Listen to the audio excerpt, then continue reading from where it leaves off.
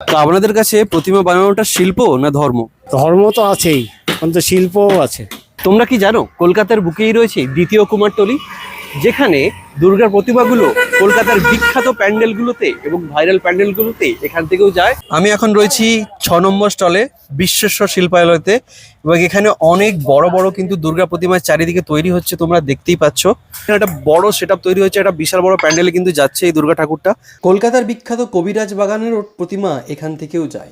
এখানে শুধু মাটি আর খড়ে ঠাকুর নয়, গড়ে ওঠে বিশ্বাস, সৃষ্টি হয় শিল্প, আর প্রতিটি মূর্তিতে মিশে থাকে শিল্পীর আত্মা। শুধু কলকাতা বা পশ্চিমবঙ্গ নয়, এখান থেকে প্রতিমা দেশের নানা প্রান্তে চলে যায়।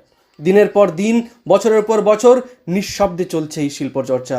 আধুনিক থিম আর আলোর ঝলকানির ভিড়ে এই প্রতিমারাই স্মরণ করিয়ে দেয় ঈশ্বরের রূপ কেবল রঙে নয়, গড়া হয় মাটির স্পর্শে। অনেকেই জানেন না এই জায়গাটির কথা, কিন্তু এই ভিডিওর মাধ্যমে আমরা আপনাদের চোখে দেখাতে চাই সেই ঘাম ঝরানো পরিশ্রম, নিপুণ হাতের ছোঁয়া আর এক চিলতে গর্ব, যা বাংলার শিল্পকে বাঁচিয়ে রেখেছে। কত বছর ধরে প্রতিমা তৈরি করছেন?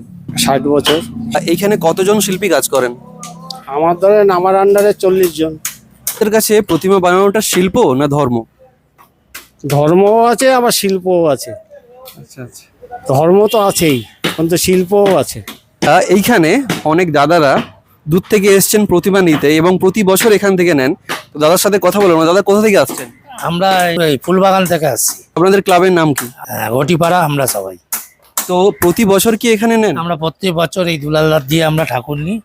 ইনি খুব ভালো লোক, মানে এত ভালো মানুষ। আমরা কোনো বছর এনাকে ছাড়া অন্য কোথাও যাই না। আচ্ছা, এই জায়গাটাকে কি আপনারা দ্বিতীয় কুমারটুলি বলতে পারবেন? হ্যাঁ, দ্বিতীয় কুমারটুলি তো অবশ্যই, কারণ এখানে অনেকগুলো পরপর স্টল আছে এবং এনারা প্রচুর ঠাকুর। প্রচুর ঠাকুর যায় এখান থেকে, প্রচুর। শিল্পীর নাম বলো। কালাচাঁদ পাল।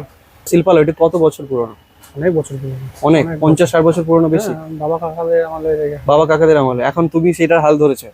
ও ভালো। তো এখানে যে কাঁচা মাল বা মাটি কোথা থেকে আনো তোমরা?